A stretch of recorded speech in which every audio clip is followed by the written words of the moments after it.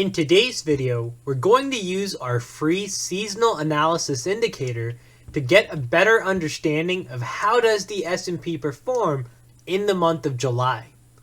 We'll be studying more than 20 years worth of data, and we'll be studying both July and August to try and develop a good game plan of what we think price is likely to do.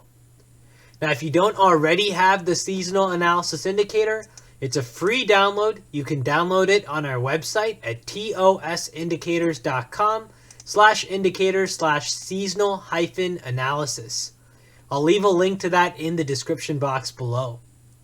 Now, the second tool that I'm also going to be using in today's video are the Fibonacci levels that we drew together. These were the Fibonacci levels for June 2023. And if I maximize this, the key takeaway was at the time of making that video, we were trading near that 1272.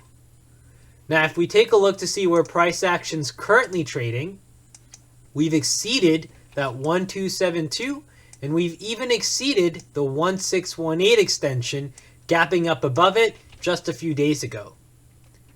Now, let's start first with understanding the seasonal tendencies of the S&P 500. Let's start by going back 5 years. And over the past 5 years, in the month of July, the S&P tends to close above the open 100% of the time. So essentially, all Julys over the past 5 years have been up, and on average, about a 4.35% gain in the S&P 500. Now, the thing that stands out here is if you compare this 4.35 to any of the other average percentages for each of the other 11 months, you'll notice that July is very clearly the highest moving month of the S&P 500. Most of the movement takes place here, and we can see July very consistently has a nice close above the opening price. If I expand this from 5 years to, let's say, 20 years worth of data, we can see a similar pattern holds true. 80% of the time, we tend to close above where we open at the beginning of the month, and on average, that percentage gain, 2.21%, the highest percent of any of the other months if we were to take a look at that. So our takeaway from this is July is a strong month for the S&P 500. We can see that even with our current month of July, this horizontal price level tool is where we opened for the month. This was July 3rd, and that's 442.92. So call it on average, we expect to close above this price level more than 80% of the time, at least if the past 20 years has anything to do with it. Now, if we look at the levels we have above us in terms of if we see this continued strength, we have 451.76, which is the 786 retracement, 455.97, and 459.90. Now, the interesting thing is all of these levels are fairly close together. They're bunched up. Now, let's see what happens in the subsequent month after July to see if we expect the strength to continue in August or if we expect that strength to start to subside.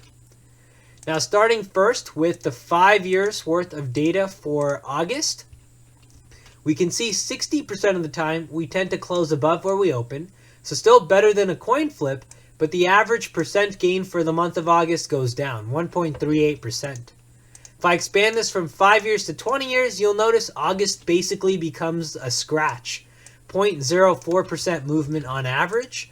And even if I shrink this down from, say, 20 years worth of data to 10 years worth of data, we still see the same pattern hold true. So August doesn't have the same charm that July does, at least with regards to strength.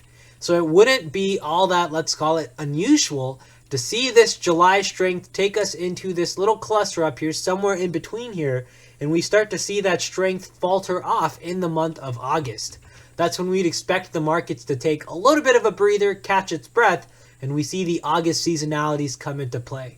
So hopefully through this video, you learned how to use our seasonal analysis indicator to build a better profile of whatever market you're looking to trade. We used the S&P 500 as our example, but you can apply this indicator on any market, whether it be an index market, a particular stock, any ETF, etc. You can understand the seasonal personality of a stock, and you can then use that to craft a plan that works best with your trading style. Alright, hope this video was helpful. Take care everyone, good luck trading, and I'll see you in the next update.